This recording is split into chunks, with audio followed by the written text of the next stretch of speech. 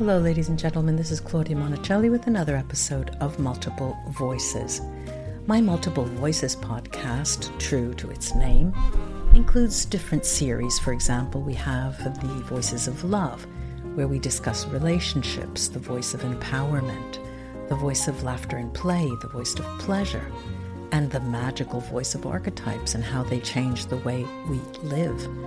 But we also have the voice of memory that includes everything from history to discussions of past life regression.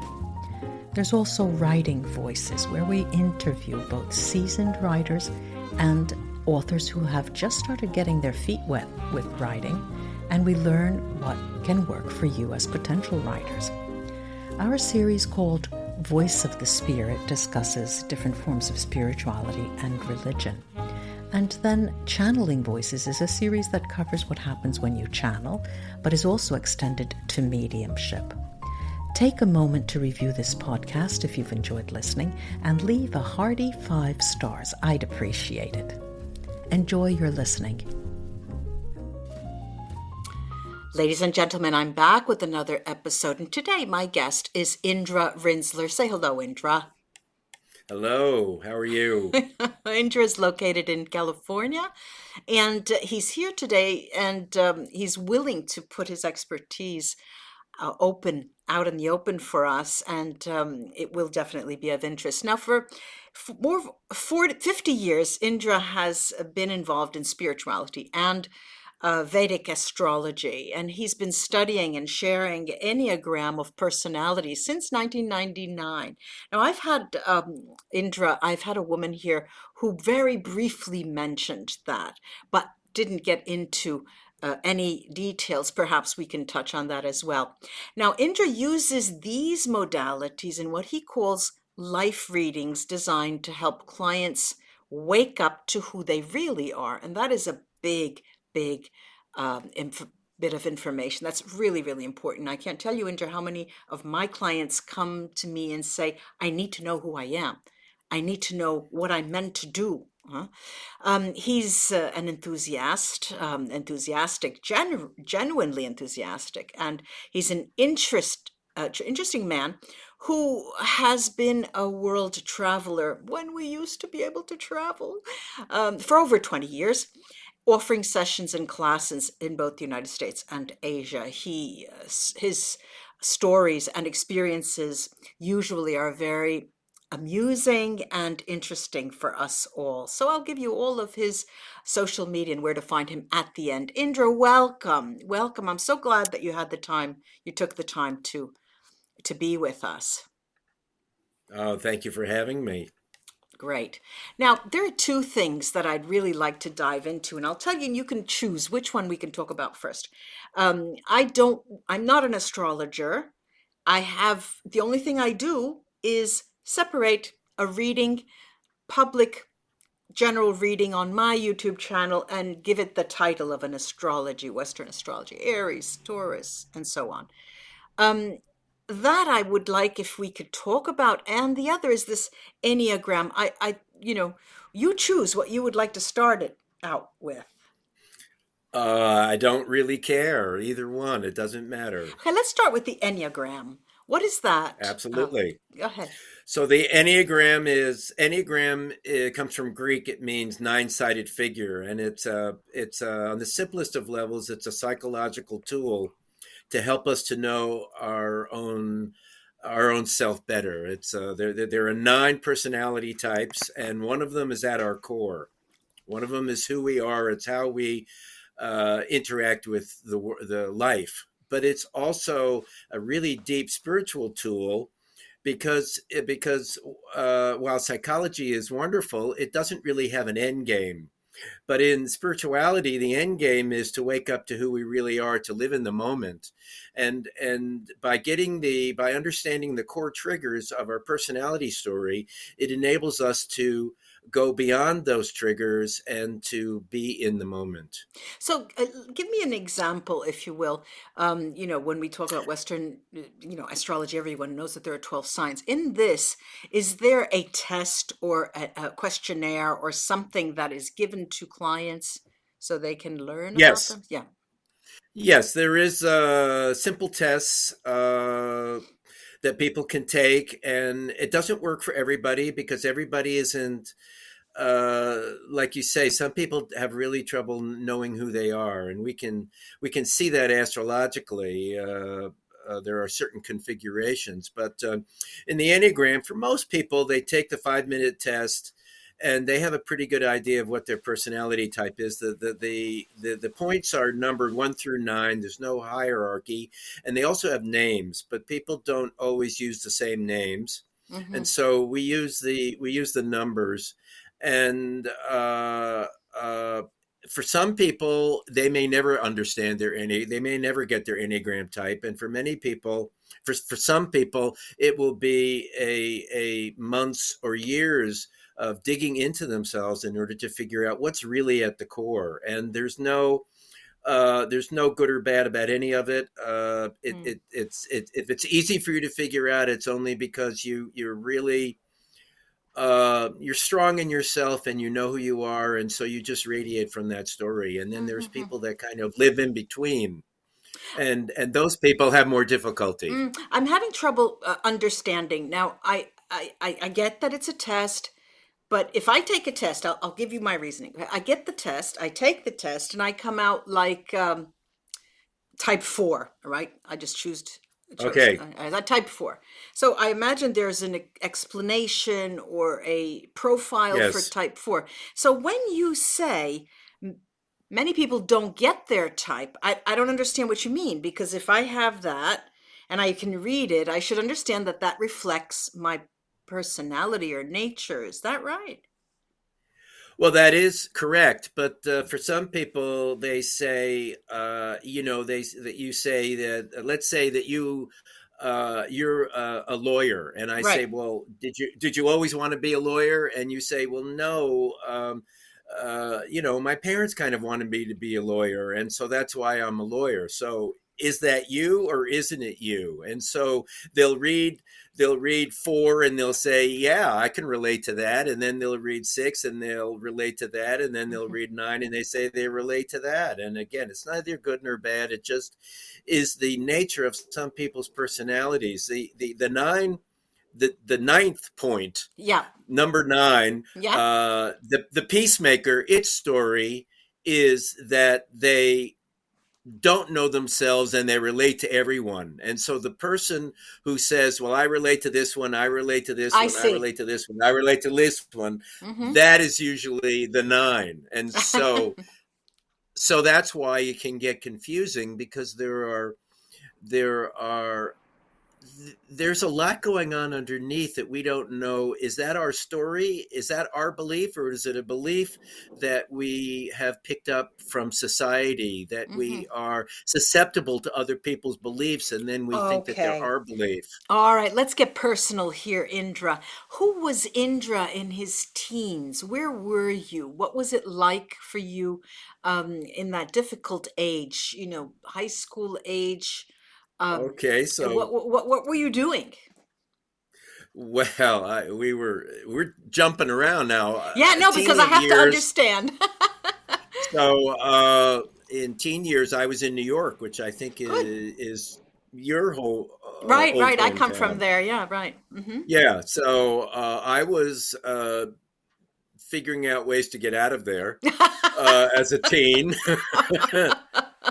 going to high school on a track of college. I went to a high school that was very a college oriented, a very high achieving school, Yeah. and was yeah, I wouldn't say that I was particularly deep. I was just going through. I was mathy, and I was going through, and trying to, without being able to understand anything. Hmm. I was just trying to get from one stage to another. I remember being 16, 17, 18, walking around New York and realizing that you can't take a vacation from yourself, that wherever you go, Yeah. there Yeah. you are. Thank God. Well, now, all right. So, did you then go on? Because I know that there are. I myself in the United States did that, the college track. So, Sure. so then I went on to. Did you I go was a on? yes, I was a graduate school dropout, and Uh-huh. I was in the I think it was the number two business school MBA program in graduate school, and Mm-hmm. I realized that it wasn't that I wouldn't do business. It was that I was not that interested in corporate business, In and I didn't corporate really business, need. I see. Yeah, I wasn't Uh-huh. really interested in what they were teaching. But at that point, Indra, were you still on the East Coast at the? No, I was in the Midwest then. Oh, so you got around there too, just like our Oh yeah, topics. All right, so absolutely. from the Midwest, did you come back to New York, or did you then migrate over to the West Coast?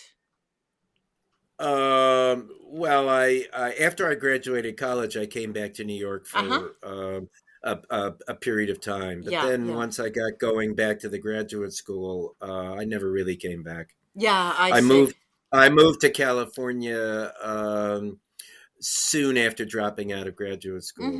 And never came back. That's where you remained, more or less, except for Yes, some I well, travel. I lived in Oregon for 6 years, I believe, and It's then I still the moved back to West Coast. California. Yeah. Yeah, and then in '99, I started being a world traveler. Uh-huh.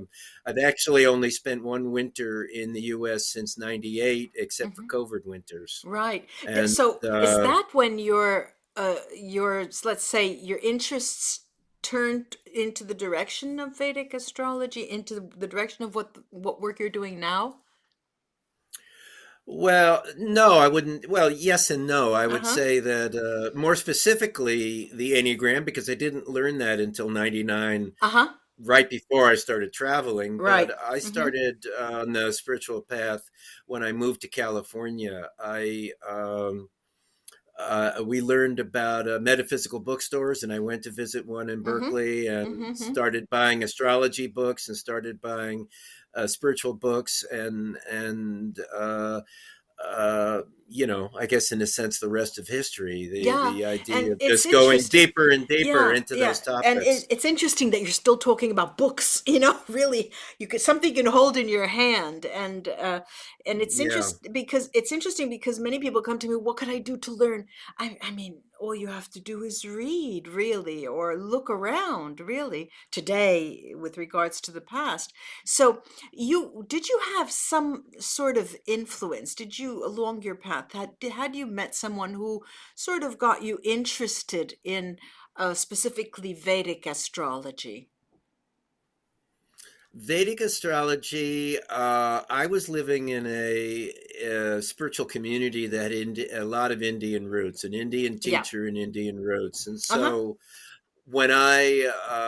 of course, at first we didn't study Vedic astrology, but when Mm-hmm. I got back into it in the '90s, Vedic astrology had become popular in my community, and I Mm-hmm. had some people around there who were interested in it. And interestingly enough, it wasn't until the weekend that I first took Enneagram classes. Oh. I'd never heard of it, Uh-huh. and then somebody had suggested it to me, Yeah.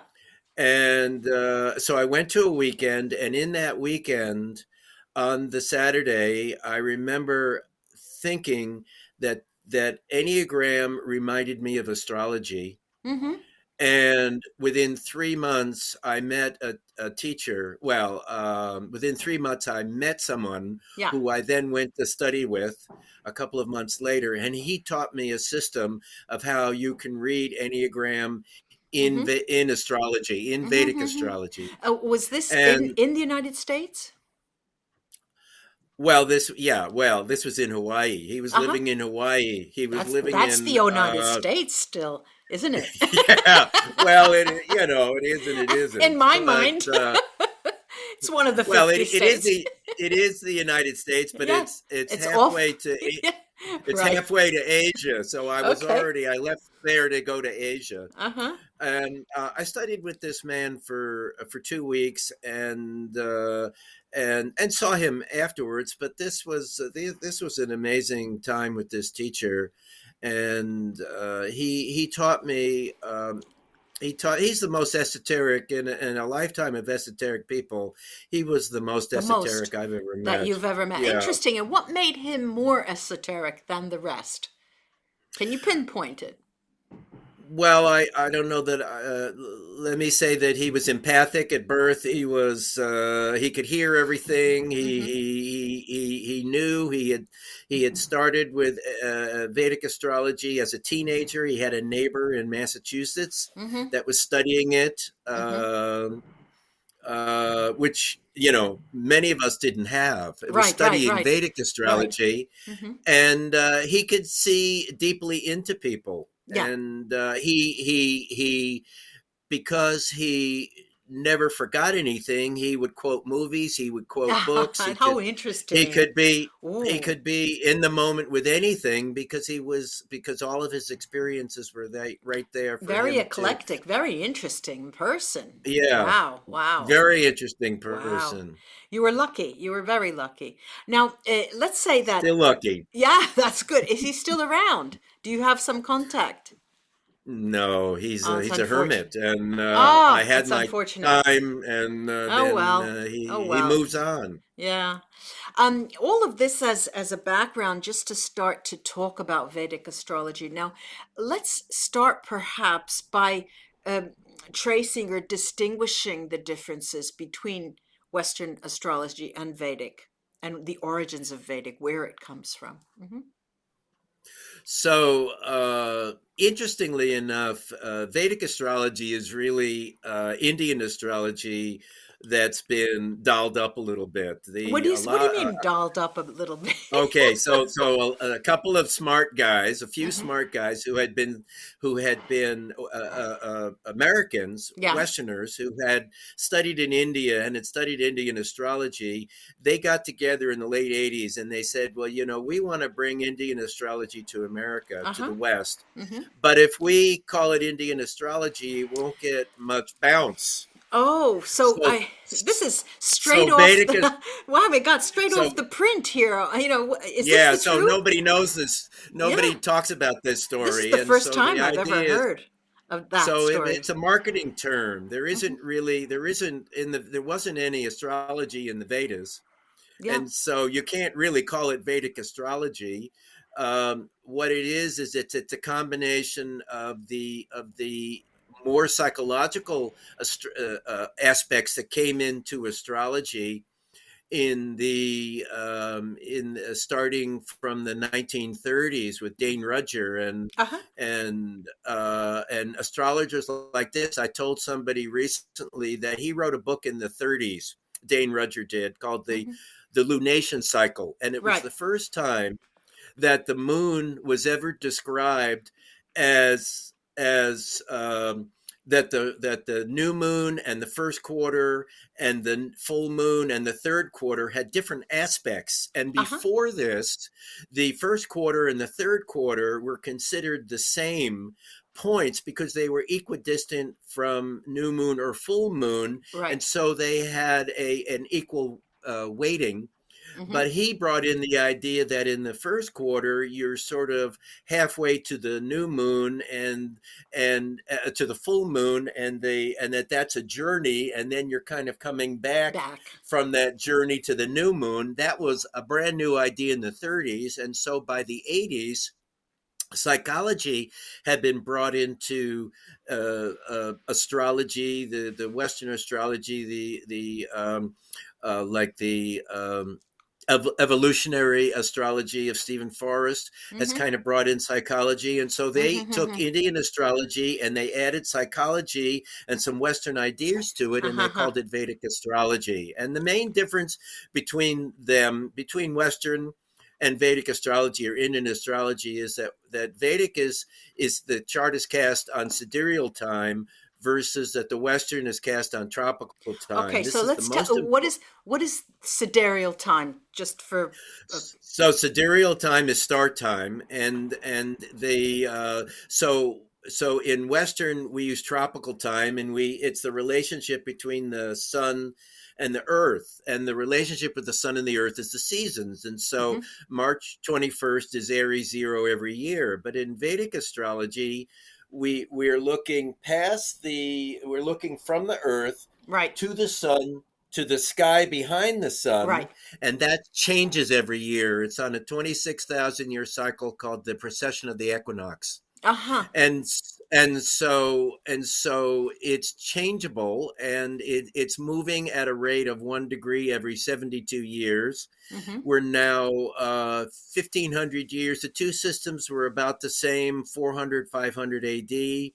We're now 24 degrees difference, and so that's why, and it moves backwards, and so that's why you may be a Leo in tropical, and you may be a Cancer in Hmm. sidereal I in see. Vedic I astrology. see. So if I said to you, and then we still have to talk about Vedic astrology a little more, but if I said to you, look, Indra, this sounds really interesting to me. I'd love to learn Vedic astrology. How long do you think it would take for me to learn Vedic astrology and to put it to any kind of use, even just for myself? So, how do you define Vedic astrology in the sense of, like, I call organic gardening that you do what you want, but you don't use chemicals. So Okay, excuse so me, you I'm laughing for you making me laugh. All right, go on. okay. Go on, go on. So you can, so if you've been a gardener, you can call yourself an organic gardener because you just change, you don't use chemicals. And so as a Vedic astrologer, it will take you lifetimes to learn all of the rules and all the bells and whistles. Okay. I don't consider those particularly important. To me, the Vedic astrology, I also kind of use it as a marketing term. Most important to me is the sidereal chart. There are Uh-huh. some bells and whistles in it, but Yeah. there's also a lot of noise and distractions in it. And if you want to, Yeah. astrologers have come up with a lot of ways of bringing people back, because Yeah. if you just read their chart and you never see them again, it doesn't really help your Right. pocket. And Of so course. Oh, over the millenniums, cynical. Do I hear some cynicism?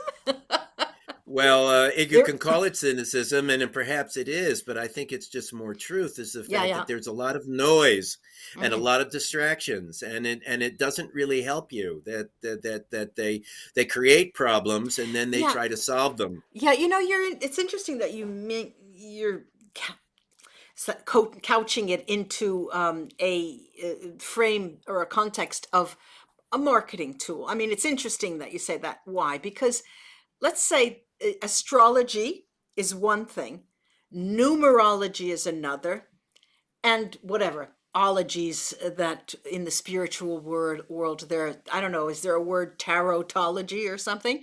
But Sure. I don't see card reading or I don't know, crystal reading, scrying, or anything l- could, to be defined as you're saying it for astrology. I understand what you're saying. You've got the chart, you get the chart, but for me to help you, you've got to come to me, and so you have to give it another, I don't know, label so that people keep coming back. I understand that concept, but I think that probably is very particular to the astrological world, because I don't see how that's possible for any other ology. You know what I'm saying? I know exactly what you're saying. You're God bless your heart, but the fact is that I'm sorry. You're a funny guy. All right, go well, go ahead. Finish the the sentence. the tarot reader does not teach you how to read the tarot cards. What the tarot reader does is it tells you a story, and Uh-huh. then when you have your next problem, then you have to come back to the tarot reader in order to get your next story. That's it's called cynicism. All right, Well, you now, can call it yeah. cynicism. I like to think of it as a truth. The All fact right. is that I bust bubbles. Okay, I'll give Okay. it to you. I bust Of bubbles. course, of course. All right. So now let's go back to Vedic astrology and um, what is the, if you had to say in I don't know, in a very short seminar speech, the core concepts of Vedic astrology. How would you describe it to us? The core concepts is that we are imprinted with planetary energy at birth. Mm-hmm. And I can't say how, I can't say why, but the Mm. fact is that we are imprinted, and that we have strengths and weaknesses based on the planets, and whatever are our weaknesses are our challenges through our life. They're not good nor bad, they just are. Some people have more challenges than other people. Mm-hmm. It doesn't make them better, it doesn't make them worse, it just is. So, And so so the so let's say I'm coming to you for a reading, okay? And I know nothing about that. I don't. I know very little about Vedic astrology. You do whatever you do. I don't know what you do. Do you have charts? Is that something? Yes, Okay. yes. Okay. So you take a chart, you do your chart magic, and then you try to explain it to me, and you use particular words, right? It is part of the reading. Are there categories? I don't know. The challenges, like you just said, the challenges of life. I don't know, your life lessons. Does that exist in what you do? It does, but Uh-huh. I like to say at the end of the reading, people say, "Now, what do I do with this?" Okay, so Can't I wait to came. see. Can't wait to hear what you're going to say to them. So what I say, so what I have, so what has been, what came to me is something that I call the four doorways to conscious living. Mm. And so what the four doorways are, the first one is to learn to observe. We need to watch our own behavior. We need to observe our thinking. We need to observe how we react to people around us when our mother comes in the room, or Mm-hmm. when our ex-mates come around, or when the boss appears, all of a sudden at our shoulder. What are we, when we become all thumbs? How do we react? How do we react to our life? The second doorway is to let go and release what doesn't serve us. The Mm-hmm. third doorway is to love ourselves, and the fourth is to live in the moment. So if we Mm-hmm. live in the moment, then we cannot help but love ourselves. If we're not loving ourselves, then we're not in the moment. And so how do we love ourselves? Then we let go and release what doesn't serve us. Mm-hmm. And how do we know what to let go? Is that we observe. And so we take the reading is that your Saturn is weak, and so you get fearful, and your Venus is weak, and so you do comparisons and judgments. You're judgmental towards yourself. You're judgmental towards other people. Yeah. So those are things that I might say. And so then the idea is that you just observe when that comes up. And so the Mm-hmm. idea is to go to the high side of the planet, the high side of Saturn, which the low side is fear. The high side is focus and discipline. And Mm-hmm. so when you let go of your fear, then you become more focused and disciplined on whatever you're interested in learning or becoming or changing about yourself. And the high side of Venus, the low side is judgments and comparisons Yeah. and criticalness. And so the high side is integrity. And so it's not about wanting other people to live at your level of Uh-huh. integrity. It's about you living at your Yeah. level of integrity. Yeah. Yeah. So let's say that, do you have a website? Where can people find you if they want to have a reading Sure. from I you? have a website, and I like to offer people, your listeners, I would send their Vedic chart to them for free. Uh-huh. If you email me with I need three things. Uh-huh. I can't do a chart without these things: the date of birth, the time, and the place. Mm-hmm. And if you give me those three, then I will send you your Vedic chart. Yeah. And also, I'd be happy to send you this free Enneagram test, the Enneagram personality test. Okay, So so just send me an email. okay, now, but first of all, um, I need your email address for people to write to you, Okay, right? that's indrarinzler@gmail.com. And the Okay. website is indrarinzler.com. It's very simple Okay. once you get my name. Okay. All right. So those are where people can find you. And of course, you also are present on Facebook as well. Indra Right. Rinzler, right? Okay. So that is great. And do you have any other social media that people would be or could be interested in following you The at? Facebook is the best. Yeah. Okay. All right. So this will be in the it's .com, your website, indravinsler.com. Yes. And there's Okay. nothing between the two words. All right. All right. Good. Well, wow. This is aside, cynicism aside, this was an interesting talk. One thing that I'm coming away with quite surprisedly with is the notion that that there were Americans involved and that it was the 1980s and they, sort of constructed this Vedic astrology with the name that, and like you said, could be for marketing. You see how I said could, be for marketing purposes. And so that is surprises me, but I will go read about that. Um, this is interesting. Would you, apart from readings that you personally do, do you have anything that you would like to suggest? Because you did talk about observing, being mindful, living in the moment, and all of that. But aside from the work you do with people, is there something else you can suggest them to do that is beyond the scope of your work that you also practice with someone else? I'm not sure if I've made you understand Hmm. that question. Um, Oh, yes. okay, Very simple. okay. Go go sit in nature. Okay, good. That, and with that note, I think we can call it a day. Thank you so much for this, Indra, for taking the time to talk to us. And everything will be underneath, and we'll talk again, I hope, in the future. Bye I hope so bye. too. Bye bye. Bye. Thank you. You're welcome.